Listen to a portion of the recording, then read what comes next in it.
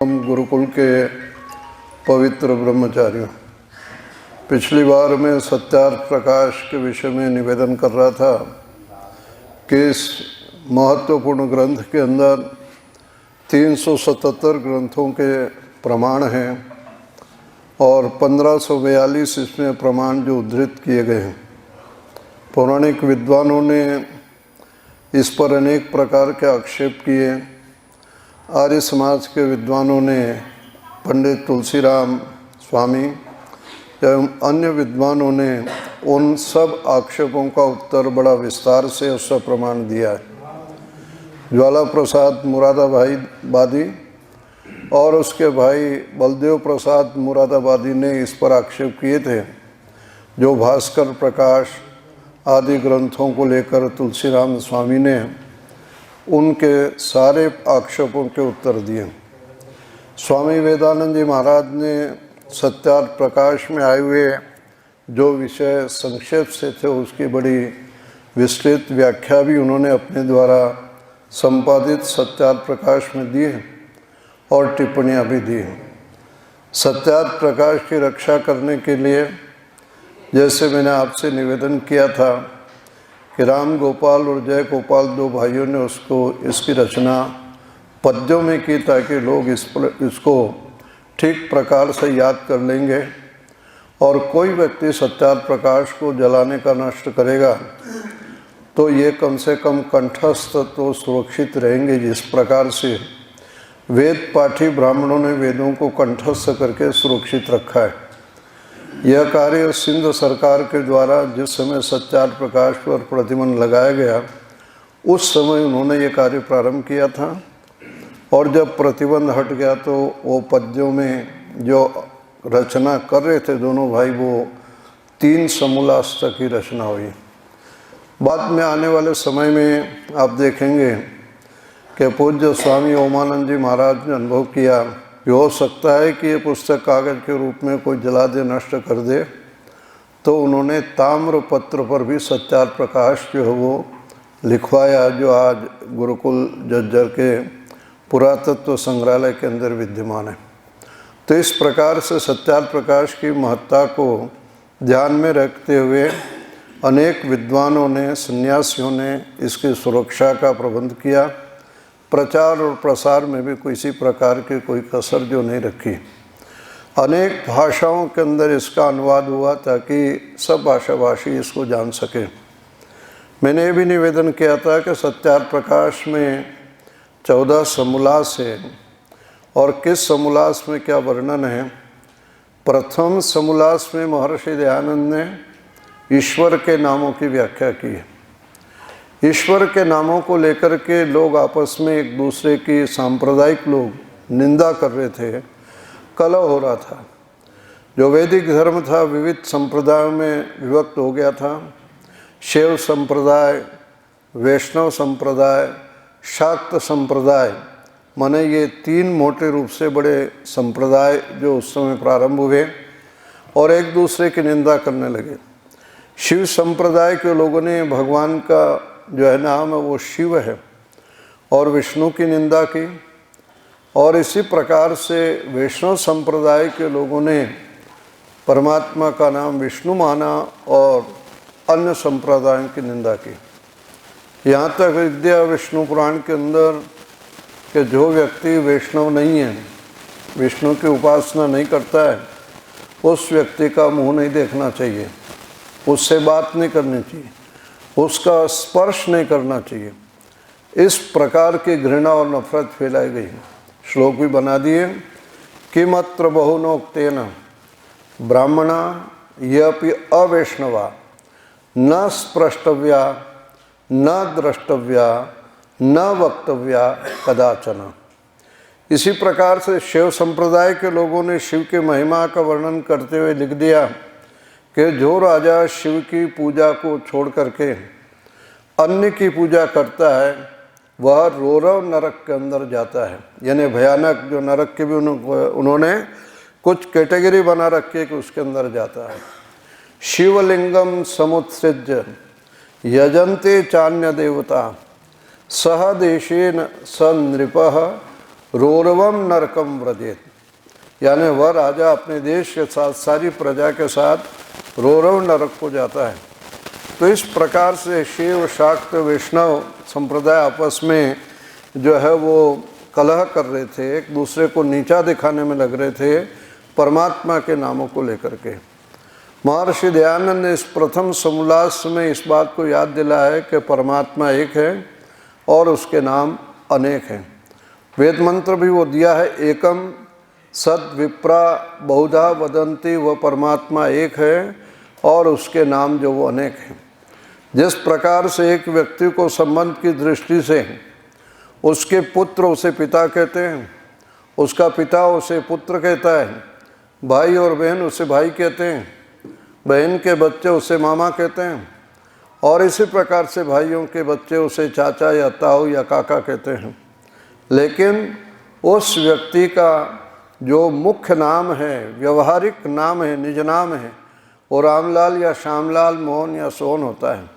ठीक इसी प्रकार से परमात्मा के जो गुण हैं, वह प्रकाश करता है इसलिए उसको अग्नि कहते हैं, वह ऐश्वर्य वाला है इसलिए उसको जो है इंद्र कहते हैं, वह सब जगह व्यापक है इसलिए उसको विष्णु कहा जाता है, वह हमारा कल्याण करता है इसलिए उसको शिव कहा जाता है, वह सबसे बड़ा है इसलिए उसको ब्रह्मा कहा जाता है। इस प्रकार से अनेक गुणों के कारण से परमात्मा के अनेक नाम हैं।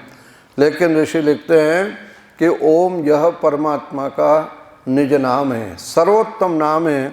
यहीं से प्रारंभ स्वामी जी ने जो है नमो ब्रह्मणे नमस्ते और शन्नो मित्र संवर्ण, इन मंत्रों का उल्लेख करके इस समोल्लास को प्रारंभ किया है। महर्षि दयानंद इस चीज़ को याद दिलाते हैं कि यह ओम जो है सर्वोत्तम नाम है, जिसके लिए योग दर्शन के अंदर कहा गया तस्य वाचकः प्रणवः, वह परमात्मा को बतलाने वाला जो नाम है वह प्रणव है। इस सूत्र पर व्यास भाष्य लिखते हैं कि इस ओम शब्द का ईश्वर के साथ नित्य संबंध है। नित्य संबंध का मतलब है कि ओम शब्द से ईश्वर का ही बोध होता है। अन्य तो अन्य जड़ पदार्थों के लिए आ जाते हैं, लेकिन ओम एक ऐसा शब्द है जो किसी दूसरे पदार्थ के लिए प्रयुक्त नहीं होता। अग्नि परमात्मा के लिए जहाँ पर आता है, वहाँ पर जलने वाला जो द्रव्य ज्वलनशील पदार्थ है उसको भी अग्नि कहते हैं। अग्नि अग्रणिर्भवति, इस निर्वचन के आधार पर गुरु को भी, आचार्य को भी अग्नि कहा गया, नेता को भी अग्नि कहा गया और ज्वलनशील पदार्थ को भी अग्नि कहा गया है। लेकिन ओम के लिए कहा जा रहा है कि यह अन्य परमात्मा के अलावा किसी दूसरे के लिए जो इस शब्द का प्रयोग नहीं होता है। वो नाम जो रखे जाते हैं, ओम प्रकाश है, ओम व्रत है, ओम पाल है, उसके साथ भी ओम के साथ कुछ न कुछ लगाया हुआ है, तो ये कह रहे हैं कि परमात्मा के लिए आता है। परमात्मा के लिए ओम शब्द आता है। प्रणव शब्द की उत्पत्ति करते हुए शास्त्रकार इस बात को कहते हैं कि इसके अंदर दो शब्द है, प्र प्लस नव। प्र में जो र है, आप जानते हो, सूत्र पढ़ा है अपने रसाभ्याम, नोणः समान पदे। उस सूत्र के कारण से जो है र के कारण से न का न बन गया तो प्रणव बना। प्रणव प्रकर्षेण नव, वो सदा नया रहता है, उसमें पुरानापन कभी आता नहीं है। सदा नया पुरानापन का मतलब यानी नूतन और पुरातन शब्द जो सापेक्ष है, एक दूसरे की अपेक्षा रखते हैं। और एक दूसरे की अपेक्षा से तात्पर्य है कि यदि राम और कृष्ण की हम तुलना करें तो वहाँ यह होगा कि कृष्ण की दृष्टि से राम पहले हुए इसलिए वो पुरातन है, और राम की दृष्टि से कृष्ण को कहेंगे तो वो नूतन है। इसी प्रकार से कृष्ण और बुद्ध की तुलना करेंगे तो बुद्ध की दृष्टि से कृष्ण पुरातन है और कृष्ण की दृष्टि से बुद्ध जो है नूतन है। यानी नूतन और पुरातन शब्द काल की दृष्टि से एक दूसरे की अपेक्षा रखते हैं, लेकिन जो है इस बात को कहा गया है कि सनातन जो शब्द है वो काल की दृष्टि से एक दूसरे की अपेक्षा नहीं रखता। जहाँ वेद के अंदर मंत्र आता सनातनम एनम आहुर उताद्य स्यात् पुनर्नवः, जिस प्रकार से दिन के बाद रात, रात के बाद दिन, ये सदा नहीं रहते, इनमें पुरानापन नहीं है। तो सनातन जिसको कहा जा रहा उसी को यहाँ पर प्रणव कहा जा रहा, यह शब्द हमेशा नया रहता है। आप जानते हैं वैयाकरण इस चीज़ को कहते हैं निपातेषु चैनम वैयाकरणाः पठन्ति। इस प्रणव को माने ओम शब्द को निपातों के अंदर पढ़ा गया है। निपात माने वो संस्कृत में 4 प्रकार के शब्द हैं, आप पढ़ते हो। पहले प्रकार के शब्द कौन से हैं? नाम। दूसरे कौन से? आख्यात। तीसरे उपसर्ग और चौथे निपात। नामवाचक शब्दों के रूप में परिवर्तन हो जाता है 7 विभक्तियों में, 3 वचनों में।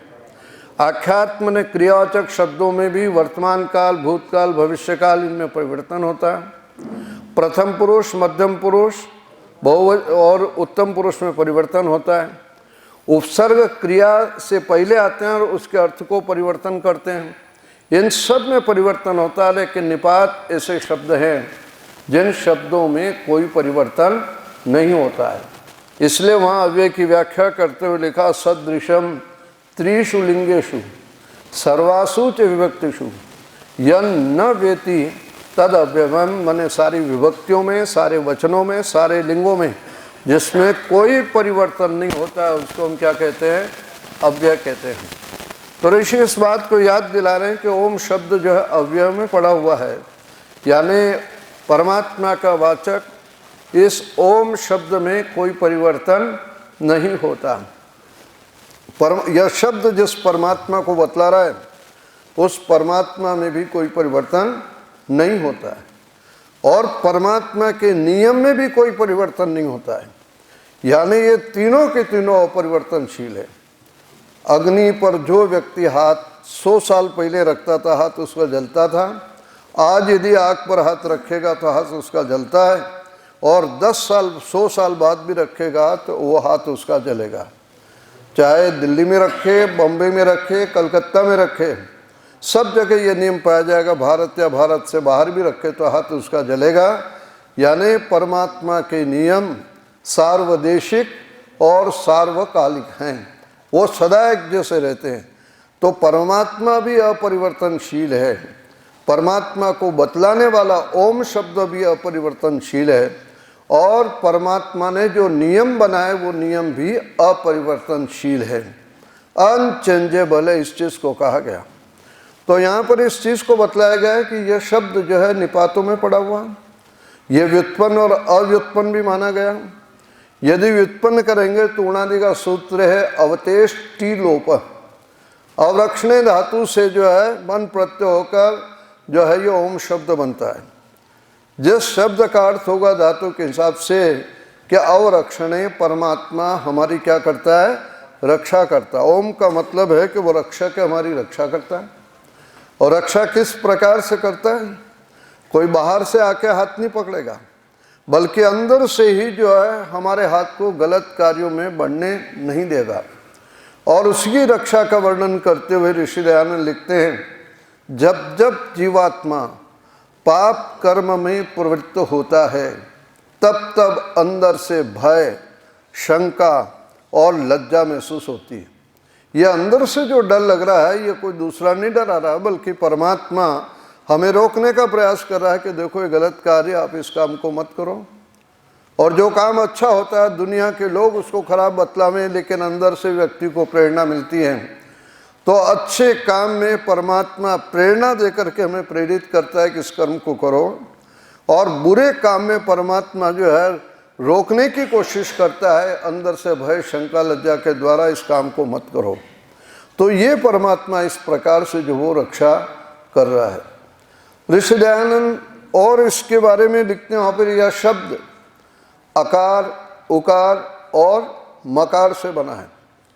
अकार के अर्थ स्वामी जी ने यहाँ दिए हैं विराट, अग्नि और विश्व, और उकार का अर्थ दिया हिरण्यगर्भ, वायु और तेजस, और मकार का अर्थ दिया यहाँ पर ईश्वर, आदित्य और प्राज्ञ। एक एक अक्षर के ये 3 अर्थ किए। यदि आप देखोगे अ, उ और म, व्याकरण की दृष्टि से निवेदन करूं तो संस्कृत में 2 प्रकार के वर्ण, एक स्वर है और दूसरे क्या है? व्यंजन है। स्वर की परिभाषा करते हुए महर्षि पतंजलि लिखते हैं स्वयं राजंत इति स्वरा, यानी जिसके उच्चारण करने में किसी दूसरे वर्ण के सहयोग की आवश्यकता नहीं पड़ती उसको हम क्या कहते हैं? स्वर कहते हैं। और व्यंजन के लिए क्या लिखा? अन्वक भवति इति व्यंजनम। व्यंजन वो कहलाएगा कि जो बिना किसी दूसरे के सहयोग के, सहायता के, माने स्वर के बिना जिसका उच्चारण नहीं हो सकता। तो इस प्रकार से अ, यू, उ आदि ये सारे के सारे स्वर हैं। अ को बोलने में हमें किसी दूसरे स्वर की आवश्यकता नहीं पड़ती। व्यंजनों को भी आप जानते हो, पाणिनि ने वर्णोच्चारण शिक्षा में व्यंजनों को 5 वर्गों में विभक्त कर रखा है। और हमारे मुख के अंदर उच्चारण के भी स्थान कितने हैं? 5 हैं। अ का और क वर्ग का उच्चारण स्थान क्या है? कंठ है।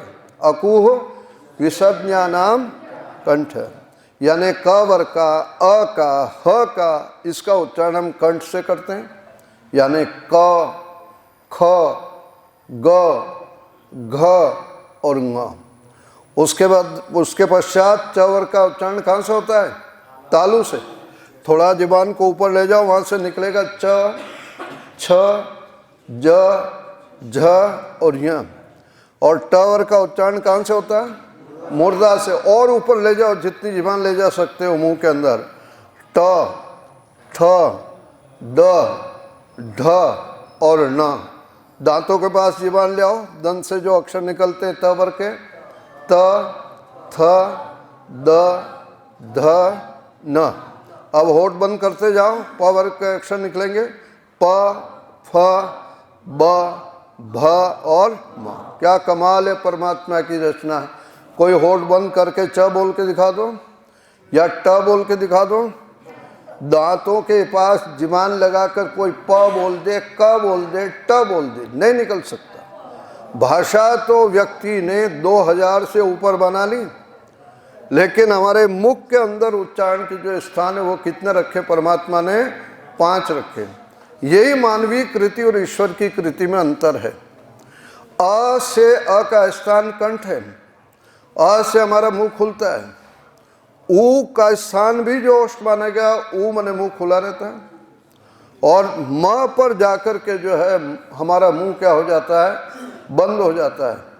यदि प्रत्याहार की दृष्टि से निवेदन करूं तो अ से शुरू हो रहा है और म पर जाकर मुंह बंद हो रहा है, और म के अंदर सारे स्वर और व्यंजन जो वो आ गए हैं।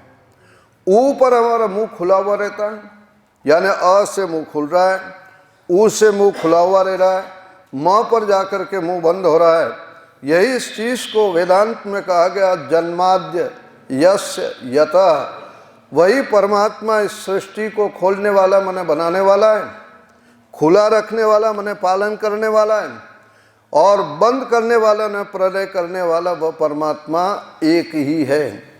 जिसके लिए जो कहा था तो ब्रह्म जिज्ञासा, और अगले सूत्र में कह दिया जन्माद्य यस्य यतः। वही परमात्मा इस सृष्टि की उत्पत्ति करता, पालन करता और प्रलय करता है। पौराणिक परंपराओं में 3 देवों की कल्पना की गई। बनाने वाले को ब्रह्मा कह दिया, पालन करने वाले को विष्णु कह दिया, और प्रलय करने वाले को शंकर कह दिया। आप ये देखो, यदि इन तीनों में कभी विवाद हो जाए और बनाने वाला बनाता चला जाए, खिलाने वाला न खिलाए, तो क्या हालत हो जाएगी। और पालन करने वाला पालन करता जाए, प्रलय करने वाला यहाँ से उठावे नहीं किसी को, तो बताओ फिर भी संसार नहीं चल सकता। परंपरा है कि एक स्थान पर वही परमात्मा बनाने वाला है, वही पालन करने वाला है, वही प्रलय करने वाला है। इस चीज को महर्षि दयानंद ने याद दिलाया कि अलग अलग परमात्मा नहीं है। लोगों ने परमात्मा के वाचक नामों का अर्थ भी जो है स्पष्ट नहीं समझ पाया, नहीं समझे वो लोग। ब्रह्मा का अर्थ बनाने वाला कह दिया, जबकि ब्रह्मा का अर्थ वो संसार में सबसे बड़ा है, बृहत्वात्, वो सबसे बड़ा है। विष्णु पालन करने वाले को विष्णु नहीं कहा है, वहाँ पर कहा वेवेष्टि चराचरम जगत इति विष्णु। वो चर और अचर जगत में सब जगह व्यापक है, इसलिए उस परमात्मा को क्या कहते हैं? विष्णु कहते हैं, और शिव इसलिए कहते हैं कि शिव कल्याण है। शंकर भी कहा जाता है उसको, शम करोति शंकर, यानी कल्याण करने वाले परमात्मा को शंकर कहा गया। ब्रह्मा को इसलिए परमात्मा का नाम ब्रह्मा रखा कि वो सबसे बड़ा है, सब जगह विद्यमान है, इसलिए उसको विष्णु कहते हैं। तो बनाने वाला, पालन करने वाला और प्रलय करने वाला अलग अलग परमात्मा नहीं है, वही परमात्मा एक है जो सृष्टि की रचना कर रहा है, सृष्टि का पालन कर रहा है, सृष्टि का प्रलय कर रहा है। यह अ, उ और म के द्वारा जो स्पष्ट किया है। आप देखेंगे कि मांडुक्य उपनिषद के अंदर इन अकार, उकार और मकार की बड़ी चर्चा आई है, और वहाँ इन तीनों अक्षरों को जो है, अ का संबंध जागृत अवस्था के साथ, उ का संबंध स्वप्न अवस्था के साथ और म का संबंध सुषुप्ति अवस्था के साथ में किया है। तो वहाँ पर जागृत स्थानो अकारः, वहाँ पर स्वप्न स्थान उकारः और सुषुप्त स्थान मकारः। ये तीन अक्षर और तीन अवस्थाएं और स्थूल, सूक्ष्म और कारण शरीर के साथ इसका संबंध जो है वहाँ पर विवेचन किया, लेकिन अंत में कह दिया है कि ये तो उस परमात्मा को बतलाने वाले तीन अक्षर हैं, तीन अवस्थाएं हैं, तीन शरीर हैं, लेकिन वह परमात्मा इनसे अलग है। इसलिए एक बात और कह दी वहाँ पर, अमात्रश्चतुर्थ, उस परमात्मा की कोई मात्रा, कोई अवस्था, कोई शरीर नहीं होती है, वो उसको बतलाने वाले ये जो है तीन अक्षर और तीन अवस्था वहाँ पर जो बतलाई है। महर्षि दयानंद अकार का अर्थ विराट, अग्नि और जो है विश्व कर रहे हैं, और इसी दृष्टि से जो है अकार का अर्थ किया है। शास्त्रकार कहते हैं कि आपली व्याप्तो धातु से यह अ बना, और इसी प्रकार से जो है एक और अर्थ वहाँ दे दिया, आदिमत्वात्वा। यह अक्षर सबसे शुरू का है, प्रथम अक्षर आदि का है, इसलिए आदि अक्षर होने से इसका जो नाम जो वो अ कह रहा है। विराट की व्याख्या करते हुए ऋषि लिखते हैं कि विविधम जगत रचयति, जो विविध प्रकार से जगत की रचना कर रहा है, इसलिए उस परमात्मा को क्या कहते हैं, विराट कहते हैं। यानी कहीं पृथ्वी है, कहीं सूर्य है, कहीं चंद्रमा है, नदी है, नाले है, पर्वत है, ये सारे के सारे जो है विविध प्रकार का जो जगत दिखलाई दे रहा है, और इस जगत की जो रचना करने वाला वो परमात्मा विराट है। विश्व अर्थ किया आकार का, और इसी दृष्टि से विश्व अर्थ क्या है कि जिस प्रकार से क के अंदर भी अ है, ख के अंदर भी अ है, ग के अंदर भी अ है, लेकिन वह अ आँखों से दिखलाई नहीं देता है। क, ख, ग इन सब व्यंजनों के अंदर अविद्यमान है। ठीक इसी प्रकार से परमात्मा प्रकृति के अणु अणु के अंदर विद्यमान है। विशति, प्रविशति, यानी वो परमात्मा सब में प्रवेश किया हुआ है, इसलिए उसका एक नाम क्या दे दिया उन्होंने, विश्व दे दिया है। अ जैसे क ख ग के अंदर अ नहीं दिखलाई देता, लेकिन व्याकरण का पढ़ने वाला व्यक्ति, छात्र जब द्वितीय और महाभाष्य तक पहुंचता है तो वो अनुभव करता है कि क के अंदर भी अ की सत्ता है, ख के अंदर भी अ की सत्ता है, ग के अंदर भी अ की सत्ता है। वह आँखों से नहीं दिखलाई देता, लेकिन वह अनुभव करता है। यदि क में से अ निकाल दोगे तो हलंत हो जाएगा, और तीन अक्षर आप हलंत लिख लो, क को भी, ख को भी, ग को भी, पहले कोई स्वर न हो, बाद में भी कोई स्वर न हो, तो तीन हलंत अक्षरों का उच्चारण भी व्यक्ति ठीक से नहीं कर सकता है। बिना स्वर की सहायता के इनका उच्चारण नहीं होता। ऋषि इस बात को याद दिलाते हैं कि जैसे क, ख, ग के अंदर अविद्यमान है और वह आँखों से नहीं दिखलाई देता, ठीक इसी प्रकार से संसार के प्रत्येक पदार्थ में वो परमात्मा विद्यमान है, लेकिन वह आँखों से दिखलाई नहीं देता है।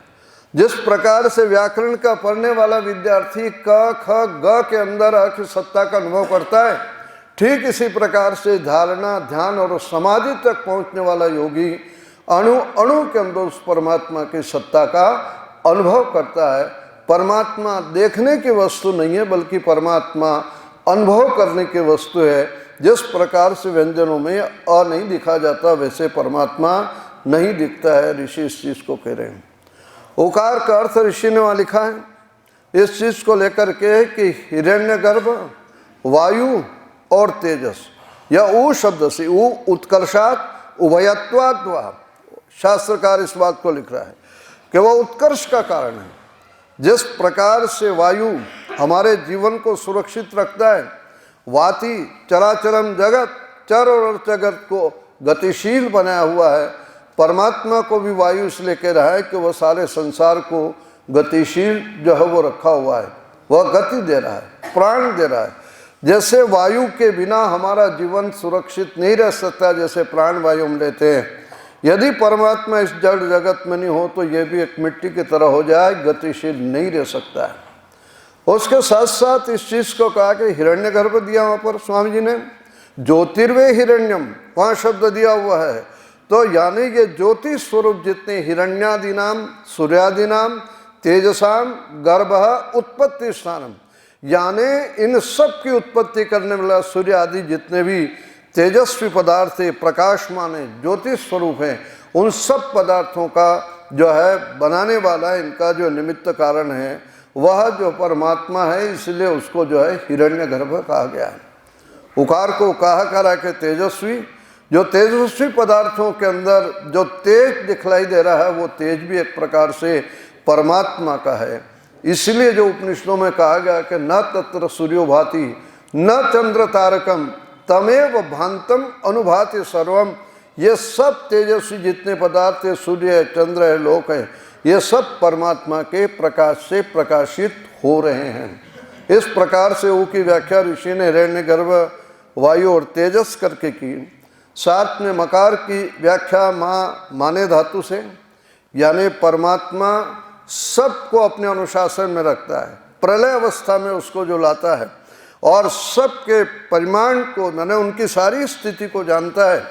इसलिए माँ के अर्थ वहाँ दिए स्वामी जी ने, ईश्वर, आदित्य और प्राज्ञ, तीन अर्थ वहाँ पर दिए मकार के। ईश्वर इष्टे माने सबको अपने अनुशासन में रखता है, इसलिए उसको ईश्वर कहा है। साथ में प्राज्ञ प्रकर्षेण जानाति, उससे बड़ा जानी सर्वज्ञ और कौन हो सकता है, वो परमात्मा सर्वज्ञ, इसलिए उसके प्राज्ञ शब्द का वहाँ जो उल्लेख किया। और आदित्य कह रहे हैं जैसे आदित्य रसानिति, जैसे सूर्य रसों को ग्रहण करता है, परमात्मा भी सब पदार्थों को प्रलय अवस्था में ला करके रख देता है, इसलिए उस परमात्मा को आदित्य कह करके जो है वो संबोधित किया है। तो इस प्रकार से इन तीन अक्षरों का अलग अलग अर्थ स्वामी जी ने वहाँ पर दिया है शुरू के अंदर, और कहा कि यह परमात्मा का सर्वोत्तम नाम है। तो विस्तार से इसकी व्याख्या उपनिषदों में, अन्य ग्रंथों में है, और ऋषि ने इसी चीज़ को याद दिलाया कि परमात्मा एक है और उसके नाम अनेक हैं। एकम सद विप्रा बहुधा वदंती, अथर्ववेद के अंदर भी जो अनेक मंत्र आ रहे, न द्वितीय न तृतीय न चतुर्थ न पंचमा, परमात्मा 2 3 4 5 नहीं है, वह परमात्मा कितना है, एक ही है, और उसका निज नाम जो है वह ओम है। तो इस प्रकार से ओम के बारे में महर्षि दयानंद ने इस समोल्लास में बड़ा विस्तार से जो है वर्णन किया है।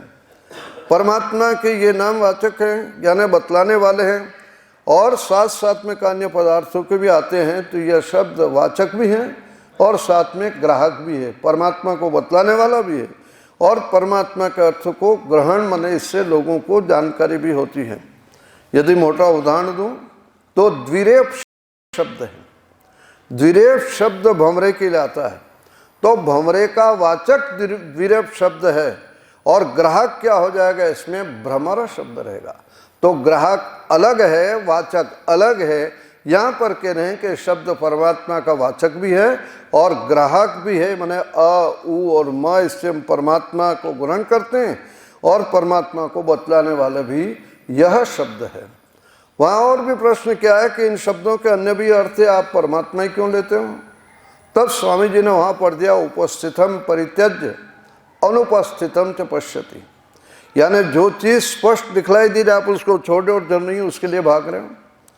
और वहाँ इस चीज़ को याद दिलाया कि एक शब्द के अनेक अर्थ होते हैं। जैसा मैं निवेदन किया कि अग्नि शब्द ज्वलनशील पदार्थ के लिए भी है, परमात्मा के लिए भी, और साथ में जो है आचार्य के लिए, नेता के लिए, अन्यों के लिए भी इसका प्रयोग आता। तो कहाँ पर कौन सा लेवें, वहाँ ऋषि इस चीज़ को लिखते हैं कि प्रकरण को देख करके अर्थ का ग्रहण करना चाहिए। वहाँ एक उदाहरण क्या दिया उन्होंने, सेंधवम आने, यानी कोई मालिक कहता है अपने नौकर से कि भाई सेंधव को लाना। सेंधव के दो अर्थ दिए वहाँ, एक नमक है और दूसरा क्या है, घोड़ा है। एक घोड़ा है और दूसरा नमक, ये अर्थ दिए। और स्वामी जी कहते हैं कि यदि भोजन व्यक्ति कर रहा है, स्वामी भोजन कर रहा है, मालिक भोजन कर रहा है और नौकर से कहता है कि भाई सेंधव को लाना, वो यदि वहाँ पर घोड़ा लाके उसके पास खड़ा कर दे तो कहेगा कि तू प्रकरणविद नहीं है, मूर्ख है। वो यदि कहेगा कि महाराज सेंधव का अर्थ घोड़ा भी तो होता है, स्वामी जी कहते हैं कि घोड़ा भी होता है, लेकिन प्रकरण को तो देखना था कि अभी मैं क्या कर रहा हूँ, कौन सी चीज़ की जरूरत है। इसी प्रकार से व्यक्ति यदि यात्रा पर जा रहा है, कहीं खड़ा है और नौकर से कह रहा है जरा सेंधव को लाना, और वहाँ पर वो घोड़ा नहीं ला करके कागज में नमक ले आवे बांध करके पुड़िया के महाराज लीजिए नमक है, तो क्या कहेंगे, मूर्ख है। प्रकरण को नहीं देख रहा है। तो प्रकरण को देख करके यदि एक शब्द कहने का अर्थ है तो उसका निर्धारण करना होगा। जहाँ सर्वज्ञ आदि अर्थ आएंगे, जहाँ गुणों का वर्णन आएगा वहाँ परमात्मा अर्थ रहेगा, जहाँ इच्छा द्वेष आदि आएगा वहाँ पर जीवात्मा अर्थ रहेगा, और जहाँ जड़ पदार्थ का वर्णन आएगा, प्रकरण वो चल रहा है, तो वहाँ पर जो है अग्नि ज्वलनशील पदार्थ को कहेंगे। यानी प्रकरण को देख करके जो है वो निर्धारण किया जाता है। एक शब्द के अनेक अर्थ होते हैं, तो वहाँ इस प्रकार से जो लिया जाता है। परमात्मा की स्तुति की जाती, ऋषि लिखते हैं कि परमात्मा के बराबर कोई नहीं है और न उससे कोई ऊपर है। तो जब स्तुति कर रहे हैं, इसका मतलब है कि अग्नि की स्तुति की जा रही है, तो वहाँ अग्नि न तो जीवात्मा के लिए आ रहा है, न राजा और जो है आचार्य के लिए आ रहा है, न जलने वाले आग के लिए आ रहा है। वहाँ अग्निमीडे पुरोहितम में दिया अग्नि आ रहा है, तो किसके लिए आ रहा है, परमात्मा के लिए आ रहा है, क्योंकि स्तुति जो है वह सर्वोत्तम की जाती है और परमात्मा से उत्तम और कोई है नहीं, उसके बराबर भी नहीं है।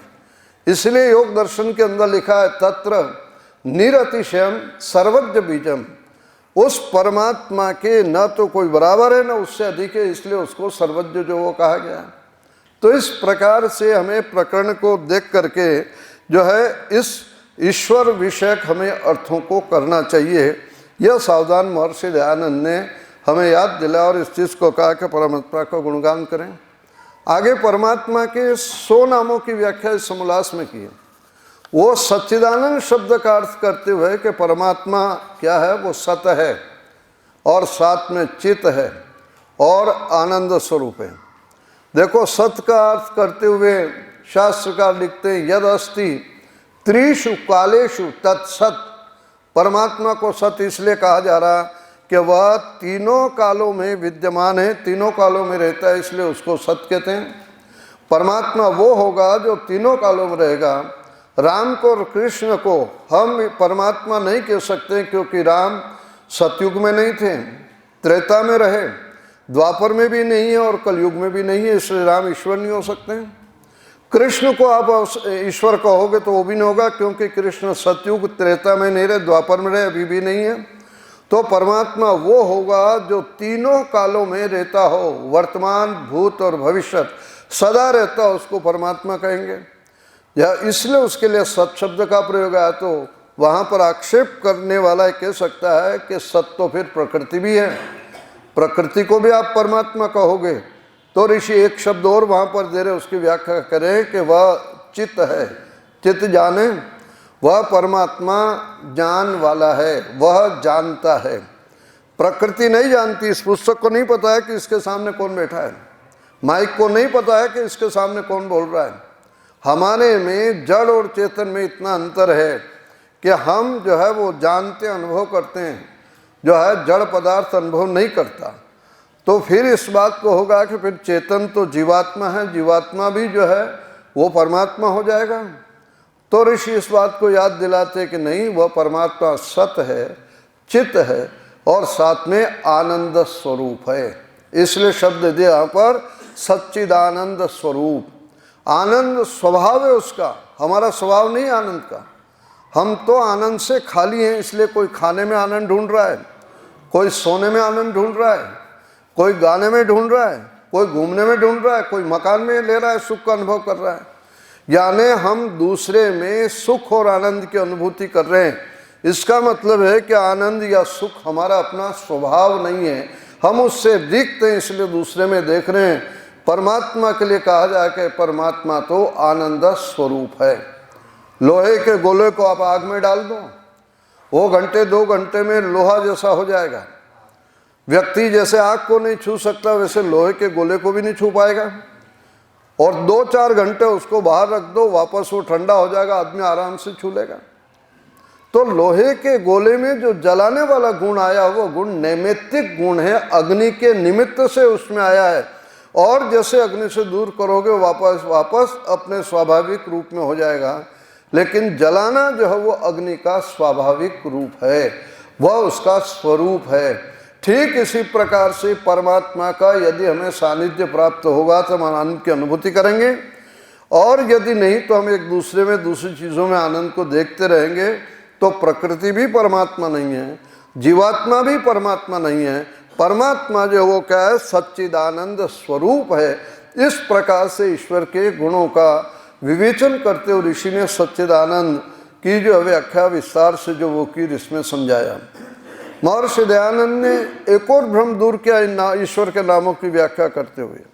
सगुण और निर्गुण, अनेक व्यक्ति सगुण को लेकर के समझते थे कि परमात्मा जो है वो क्या है, सगुण माने साकार है, और निर्गुण का मतलब क्या समझते रहे, निर्गुण माने वह निराकार है। तो सगुण उपासना, निर्गुण उपासना, ये बहुत जो है संप्रदायों के अंदर ये सारा का सारा चलता रहा है। और ऋषि दयानंद ने इस भ्रम को भी दूर किया है कि सगुण का मतलब साकार और निर्गुण का मतलब निराकार नहीं होता है। ऋषि ने इस बात को याद दिलाया कि प्रत्येक पदार्थ सगुण और निर्गुण है, और वहाँ अर्थ करते हैं गुणैसा सगुणा, जिसमें जो गुण है वो क्या कहलाएगा, सगुण कहलाएगा। परमात्मा दया करता है, न्याय करता है, परोपकार करता है, सृष्टि की रचना करता है, जीवात्माओं के उनके कर्मों का फल देता है। इसलिए इन गुणों के साथ यदि उसको हम याद कर रहे हैं तो ये सगुण होगा, ये सगुण उपासना कहलाएगी। और निर्गुण का मतलब निराकार नहीं, गुणे रहितम, यानी गुणों से जो रहित है। गुण क्या है, परमात्मा पैदा नहीं होता, परमात्मा को भूख नहीं लगती, परमात्मा को प्यास नहीं लगती, यानी जो हमारे अंदर गुण है वो परमात्मा में नहीं है। तो वहाँ पर जो उसको हम क्या कहेंगे, निर्गुण कहेंगे। हम सर्वज्ञ नहीं हैं, हम सर्वव्यापक नहीं हैं, हम सर्वशक्तिमान नहीं हैं। तो इस प्रकार से ये हमारे अंदर गुण नहीं, तो ये हम निर्गुण हो गए, और हम अल्पज्ञ है, अल्प शक्ति वाले हैं। ये हमारा जो है गुण है, तो क्या हो जाएगा, सगुण हो जाएगा। तो ऋषि इस चीज़ को याद दिला रहे हैं कि प्रत्येक पदार्थ सगुण और निर्गुण होता। परमात्मा सगुण भी है और निर्गुण भी है। सगुण का अर्थ जो है वो साकार नहीं, और निर्गुण का अर्थ जो वो निराकार नहीं है। ये भी यहाँ पर जो इस प्रकरण में ऋषि ने जो वो स्पष्ट किया। परमात्मा के नामों की व्याख्या करते हुए एक और भ्रम स्वामी जी ने दूर किया है कि लोग समझते थे कि परमात्मा सर्वशक्तिमान है। सर्वशक्तिमान का मतलब वो जो चाहे सो कर ले। तो परमात्मा सर्वशक्तिमान का मतलब ये नहीं है कि वो जो चाहे सो कर ले। स्वामी जी लिखते, क्या अपने को मार के दूसरा ईश्वर पैदा कर ले, क्या चोरी जारी कर ले, या इस प्रकार से सगुण को सर्वशक्तिमान को लेकर के परमात्मा जो चाहे सो कर सकता है, तो इसको सर्वशक्तिमान नहीं कहते हैं। व्यक्ति अपने परिवार में जो सारे जो है उसके कंट्रोल में है, तो कोई पुरुष जो है अपने मकान को आग लगाएगा क्या? तो इस प्रकार से अपने गुणों के विपरीत परमात्मा कोई कार्य नहीं करता, सृष्टि नियम के विरुद्ध कार्य नहीं करता, तो फिर उसको सर्वशक्तिमान क्यों कह रहे हैं? तो स्वामी जी ने याद दिलाया कि सृष्टि की रचना करने में उसको किसी दूसरे के सहयोग की आवश्यकता नहीं है। हमें इस कार्यक्रम के लिए जो सहयोग की आवश्यकता पड़ती, माइक लगाने वाला, चद्दर बिछाने वाला, लाइट जलाने वाला, सफाई करने वाला, एक छोटे से काम के लिए हम 5-7 आदमी मिलकर के करते हैं। परमात्मा ने इतना विशाल जो संसार बनाया है, सूर्य, चंद्र, ग्रह, उपग्रह, और सब जीवों के लिए विविध प्रकार के शरीरों की रचना की। इसके लिए उसने अपने लिए कोई सहायक नहीं बनाया, अपने लिए कोई हेल्पर नहीं बनाया, उन्होंने सहयोगी नहीं है उसके लिए। वह सब अपने जो है कार्यों को कर रहा है, उसको सहयोग की आवश्यकता नहीं। और इतना ही नहीं बल्कि प्रत्येक जीवात्मा को उनके किए हुए कर्मों का यथोचित फल देता है। वह दूसरे से सिफारिश नहीं लेता है। अन्य संप्रदायों में तो वहाँ पर जो मैसेंजर देवों की कल्पना की गई है, वहाँ पर चित्रगुप्त की कल्पना की गई, हिसाब रखने वाले की गई, और वहाँ पर जो है वो परमात्मा पूछता है उनका भगवान के भाई इसने अच्छा किया बुरा किया, इसको कहाँ भेजा जाए। वो सारा अपना बही खाता लेके बैठता है और बतलाता है कि महाराज इतने पुण्य किए, इतने पाप किए, तो उसके बाद वो फैसला करता है। तो परमात्मा इतना कमज़ोर नहीं है, उसको इसकी आवश्यकता नहीं है। वह सृष्टि को बनाने में, जीवों को उनके कर्मों का फल देने में, जीवों के लिए शरीर की रचना करने में वो अपने आप में जो है वो सर्वशक्तिमान है। उसको सहयोग की आवश्यकता नहीं पड़ती। सहयोग की आवश्यकता कमज़ोर आदमी को पड़ा करती है। आप देखिए कि हमें देखने के लिए आँखों की ज़रूरत है, आँख नहीं होती, हम देख नहीं पाते हैं। और आँख जिसकी कमज़ोर हो गई, जैसे मुझे ठीक से नहीं दिखता है तो मुझे चश्मे की ज़रूरत है। तो उस करण जो साधन जो है जिसके सहयोग की आवश्यकता पड़ती है वो कमजोरी की निशानी है। बिना उसके जो है वो साधन के बिना काम नहीं कर सकता। परमात्मा को जो है साधन और सहायक की आवश्यकता नहीं पड़ती है, वो बिना उसके काम कर रहा है। इसीलिए उपनिषदों में कह दिया है अपाणिपादो जवनो गृहीता। भाई वो बिना हाथ के सृष्टि की रचना कर रहा है, बिना आँखों के वो देख रहा है। पश्यत चक्षु सृणोत्य कर्ण, बिना कानों के सुन रहा और बिना आँखों के वो देख रहा, सब कुछ जानता है क्योंकि वह सर्वशक्तिमान है। उसको काम करने के लिए हाथ की आवश्यकता नहीं है क्योंकि परमात्मा सर्वशक्तिमान है। तो सर्वशक्तिमान शब्द का भी अर्थ ऋषि ने इस प्रथम समोल्लास में जो स्पष्ट किया है, उसी के साथ साथ में सर्वांतर्यामी शब्द की भी व्याख्या ऋषि ने वहाँ पर की है। यानी वह परमात्मा सर्वांतर्यामी है, सर्वव्यापक है, सब में विद्यमान है। अंतर्यामी का मतलब है कि सबको अंदर से नियमों की व्यवस्था अपने नियमों में चला रहा, वो बाहर से नहीं चला रहा है, वो अंदर से चलाने का यत्न कर रहा, अपने को नहीं दिखलाई देता, लेकिन जो वो अंदर से व्यवस्था कर रहा है। अंदर से व्यवस्था से तात्पर्य मेरा अपना ये है कि हम जिस प्रकार से शरीर के अंदर विद्यमान हैं, हमारा शरीर में जैसे जीवात्मा विद्यमान है, हम जब माने जीवात्मा जब चाहता है तो हाथ ऊपर कर लेते हैं, जब चाहता है तब हाथ नीचे कर लेते हैं। जब चाहता है जीवात्मा ये शरीर खड़ा हो जाता है, बैठ जाता है, चलने लगता है, दौड़ने लगता है। यानी शरीर के अंदर जीवात्मा विद्यमान है, तो उसको जो है वो अंदर से ही सारा का सारा जो क्रम चला रहा है। ठीक इसी प्रकार से यदि शरीर के अंदर से बाहर की कोई गतिविधि करना हो अपने को, तो दूसरे की सहयोग की आवश्यकता पड़ती है। इस माइक को मुझे यदि आगे करना पड़े, आगे और पीछे करना पड़े, तो मुझे हाथ की ज़रूरत पड़ेगी। बिना हाथ से मैं जो है माइक को आगे और पीछे नहीं कर सकता, क्योंकि इस माइक के अंदर मैं नहीं हूँ। तो साधन की आवश्यकता व्यक्ति को अपने से बाहर जो वस्तु उसके लिए करनी पड़ती है, जो जिसके अंदर विद्यमान है उसको उसकी आवश्यकता नहीं पड़ती। परमात्मा के लिए कहा जा रहा है कि परमात्मा सारे ब्रह्मांड के अंदर विद्यमान है, इसलिए उस परमात्मा को जो है वो अंदर से ही नियमन कर रहा है, अंदर से व्यवस्था जो वो चला रहा है। हमारी और परमात्मा की रचना में बस थोड़ा ही अंतर आएगा। हम जो बनाएंगे वो बाहर से कोई चीज़ बनाएंगे, परमात्मा जो वो अंदर से उस चीज़ की वो रचना कर रहा है। आप कल्पना करो, परमात्मा ने यह शरीर बनाया हमारा, इस शरीर के अंदर छोटा सा शुक्राणु, और उससे जो है हड्डियाँ भी बन रही है, मांस भी बन रहा है, चमड़ी भी बन रही है, आँखें भी बन रही है, सब कुछ बन रहा है, और दांत भी तैयार हो रहे हैं। पत्थर जैसा जो है कठोर ये दांत जिससे हम लोग भोजन करते हैं, ये दांत की भी रचना परमात्मा अंदर से निकाल रहा है। और यदि दांत नहीं निकले तो मसूड़ों में कोई आप लगा के देखो, नहीं दिखेगा। यदि किसी व्यक्ति के दांत खराब हो जाए तो दांतों के डॉक्टर के पास जाएगा, उसने आज तक कोई ऐसा मसाला नहीं निकाला है कि मसूड़ों पर वो लगा दे और अंदर से दांत निकल जाए। उसको दांत यदि लगाना पड़ेगा तो वो जो है ऊपर से फिट करेगा, कोई डेंटिस्ट जो होगा वो ऊपर से लगाएगा।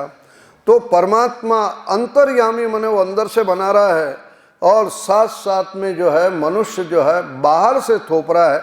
बस यही इसका जो है अंतर है कि परमात्मा सर्वांतर्यामी, उसको इसी दृष्टि से कहा गया, और वो सब जगह विद्यमान है, इसलिए उसको सर्वज्ञ कहते हैं क्योंकि सब कुछ जानता है।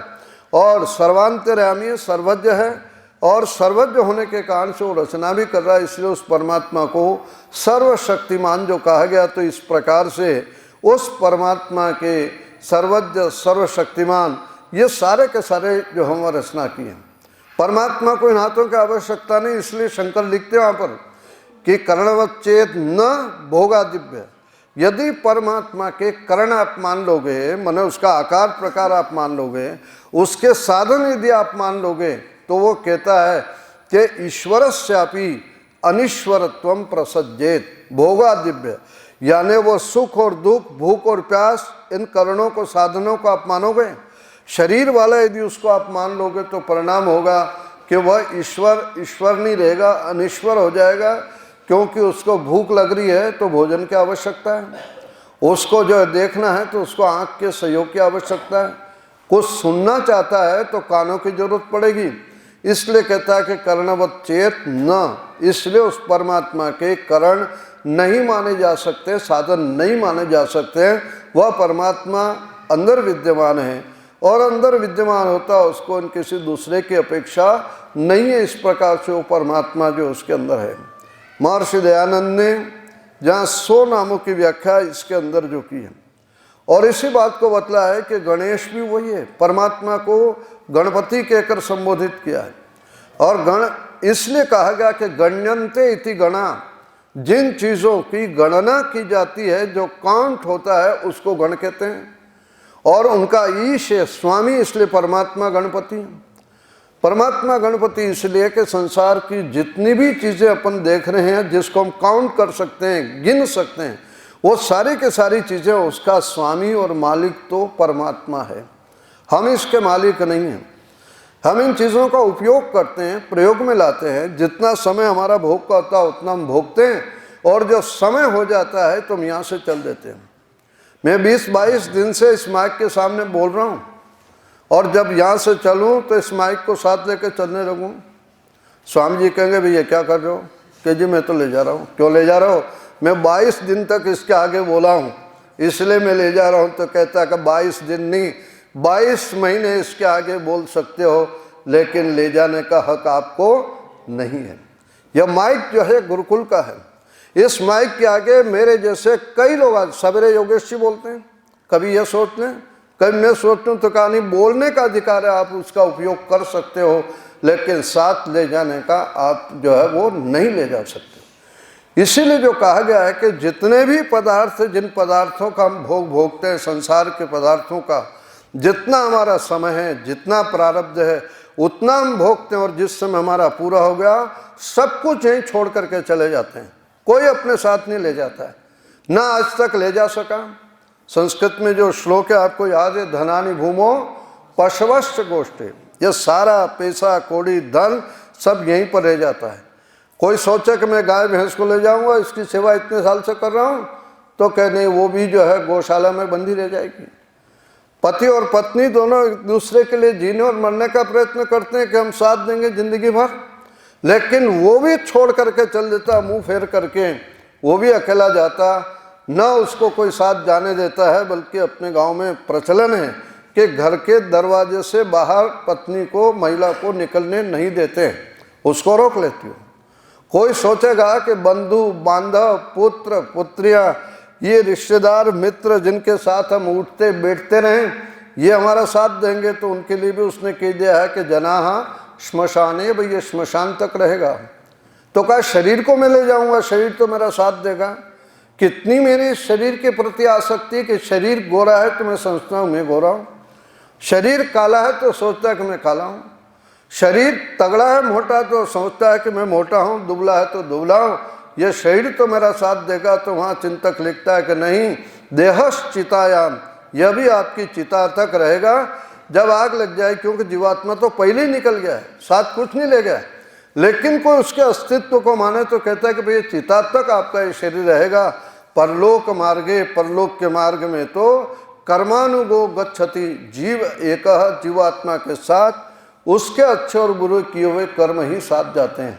उसी के अनुसार उसका अगला पड़ाव, अगला शरीर, अगला जन्म जो होता है। इसलिए सारे आध्यात्मिक ग्रंथ जो है वह सत्कर्मों का उपदेश जो देते हैं वो इसी दृष्टि से देते हैं कि भाई हम सब छोड़ के जाएंगे, जितना हमारा अपना भोग है, जितना उपयोग करना है उसको हम करेंगे, उसके बाद मुंह फेर करके यहाँ से चल देंगे।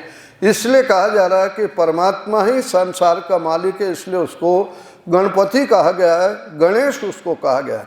इंद्र परमात्मा को कहा है क्योंकि परमात्मा को इंद्र कहा है, राजा को भी इंद्र कहा गया। तो वहाँ पर जो है, क्योंकि इंद्र शब्द परमेश्वर के लिए आ रहा है, उससे बड़ा ऐश्वर्यवान जो हो कोई दूसरा नहीं हो सकता है। राजा के लिए इंद्र शब्द आता है तो इसी दृष्टि से कि वह सामान्य जनों से उसका ऐश्वर्य यश फैला हुआ है, इसलिए उस परमात्मा को जो हम इंद्र कहते हैं। वरुण शब्द परमात्मा के लिए आ रहा है, इंद्रम मित्रम वरुणम अग्निम आहुरथो दिव्य ससुपर्णो गुरुत्मान मंत्र भी दिया स्वामी जी ने वहाँ पर। वह परमात्मा वरुण है, वर्णीय है, उससे कोई संसार में अधिक श्रेष्ठ संसार में नहीं हो सकता, वह सर्वोत्तम है। इसीलिए जो है वहाँ पर परमात्मा को जो है वरुण भी कह करके जो वो संबोधित किया गया। ऋषि इस बात को याद दिलाते हैं कि जैसे परमात्मा के अनंत गुण कर्म स्वभाव हैं, वैसे ही परमात्मा के अनंत नाम हैं। नामों की कोई संख्या जो 5, 10, 100, 50 नहीं है। ये मेरे 100 नाम स्वामी जी लिख रहे हैं, समुद्र में बिंदुवत हैं। समुद्र अथाह है, उस अथाह समुद्र में से आप कितना ले सकते हो। तो ऋषि लिख रहे हैं कि मैंने 100 नामों की व्याख्या की है तो बिंदु के समान है, बहुत थोड़े से हैं। वह परमात्मा जिस प्रकार से समुद्र में पानी का सागर जो है बहुत अनंत है, परमात्मा के अनंत गुण होने से उस परमात्मा के नाम भी अनंत है। ये थोड़े से नामों की व्याख्या की है। ये ऋषि इस बात को याद दिलाते, मैंने परमात्मा के नामों को लेकर के जो कलह हो रहा था, उस कलह को, सांप्रदायिक कलह को दूर करने का कार्य ऋषि दयानंद ने इस प्रथम समोल्लास के अंदर किया है। मंगलाचरण की चर्चा ऋषि समोल्लास के अंदर वो करते हैं। और मंगलाचरण का मतलब है कि मंगल हो हमारा, इसलिए मंगलाचरण जो है यानी शुरू में जो किया जाता है, ग्रंथ लिखने वाला ग्रंथ के प्रारंभ लिखता, बोलने वाला बोलने से पहले मंगलाचरण में भगवान को याद करता है इत्यादि। तो प्राचीन ग्रंथों में सब जगह मंगलाचरण के रूप में मैंने शुरुआत जो हुई है वो अथ शब्द से हुई है या ओम शब्द से हुई।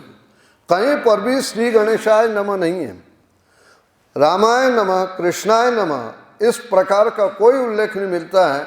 यदि कहीं पर आया है तो अथ शब्द का प्रयोग आ गया। अष्टाध्यायी का आपका प्रारंभ होता है अथ शब्दानुशासनम। वेदांत की जो शुरू करता है अथ, अथातो ब्रह्म जिज्ञासा। उपनिषदों के अंदर आता है तो ओम इति इदम सर्वम, ऐसा करके जो है बहुत सारा जो है, यदि कहीं पर भी आया है तो वहाँ मंगलाचरण ये है कि यदि कहीं शुरुआत होती है तो वह अथ शब्द से होती है या ओम शब्द से होती है।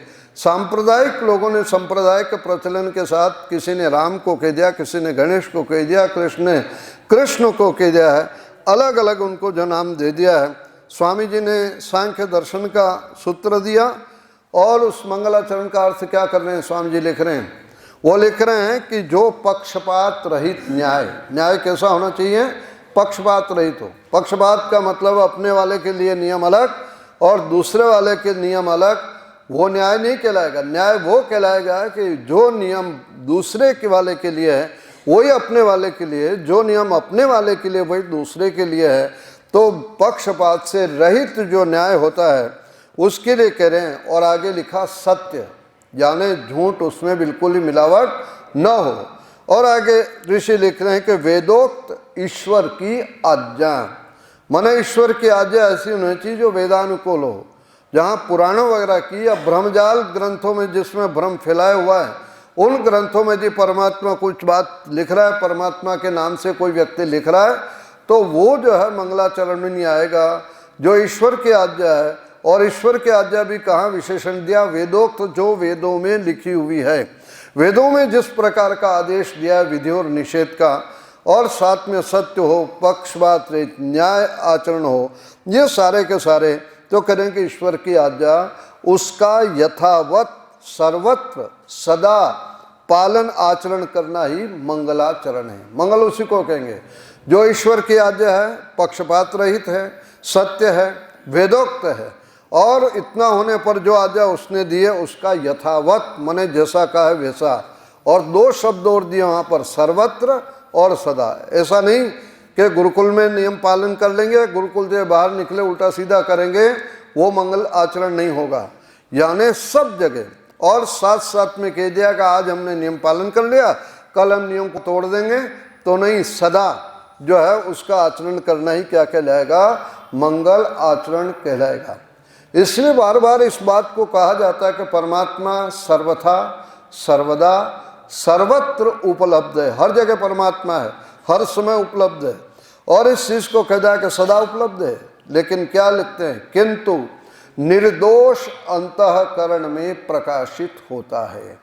जिसका अंतःकरण जो है वो शुद्ध नहीं है, दोषों से, राग द्वेष क्रोध अहंकार आदि दोषों से युक्त है, वहाँ परमात्मा की सत्ता का अनुभव नहीं होता। परमात्मा की सत्ता का हमें अनुभव करना है तो हमें अपने अंतःकरण को पवित्र करना होगा। सब जगह उसकी सत्ता का अनुभव करेंगे, और सत्ता का अनुभव करते हुए जो हमारे जीवन के अंदर हमेशा जो है ईश्वर की आज्ञा है, वेदोक्त है, जो सत्य आचरण है और पक्षपात न्याय, इसको करेंगे, यही मंगलाचरण कहलाता है। महर्षि दयानंद ने इस समोल्लास के अंदर जहाँ पर शांति शांति शांति 3 बार जो शांति का उल्लेख मंत्र में किया है, उसकी भी व्याख्या करते हुए ऋषि ने लिखते हैं कि आध्यात्मिक, आदिदेविक और आदि भौतिक दुखों की निवृत्ति हो। मन से व्यक्ति अशांत है, बेचैन है, परेशान है, या शरीर से व्यक्ति बेचैन परेशान रोगों से ग्रसित है, तो भगवान यह जो है इससे हमें जो है कष्ट न हो, यानी मानसिक और शारीरिक रोगों का निवारण हो। आदि भौतिक माने दूसरे प्राणियों से जो हमको कष्ट मिलता है, कोई व्यक्ति जो है परेशान कर रहा है, हिंसक पशु हमारे जीवन में आघात डाल रहा है, या रास्ते चलते व्यक्ति हमारे साथ जो है परेशानी उत्पन्न कर रहा है, तो दूसरे प्राणियों से भी हमारी रक्षा हो। यानी साथ में परमेश्वर से करे दूसरे प्राणी भी हमें कोई कष्ट न दें, साथ में हमारा शरीर और मन भी स्वस्थ हो। और आदि देविक माने यह जो देविक जगत है, अति गर्मी, अति सर्दी, ये जो है अतिवृष्टि, अनावृष्टि, ये सारा का सारा कष्ट भी हमको न आने पावे, तो आध्यात्मिक दुख न हो, आदि भौतिक दुख न हो, और आदि देविक दुखों की भी निवृत्ति हो। इस प्रकार से ऋषि ने 3 बार शांति शांति का इस प्रकार से जो उल्लेख किया है। तो पहला समोल्लास ये व्याकरण से जुड़ा हुआ है। मैं ब्रह्मचारियों से आग्रह करूंगा इस समोल्लास को आप पढ़ोगे। स्वामी जी ने आप देखो कि हर एक शब्द की व्युत्पत्ति देते हुए उसमें ये धातु है, ये प्रत्यय है, और साथ में उसकी व्युत्पत्ति भी दी हुई, तो उससे एक व्याकरण की भी आपकी पुनरावृत्ति होगी, मजबूती आएगी, और परमात्मा के अर्थों को भी, परमात्मा के नामों के अर्थों को भी ठीक प्रकार से जान सकेंगे। आपने बड़ी शांति से बात को सुना, उसके लिए आप सबको बहुत बहुत धन्यवाद। ओम शांति।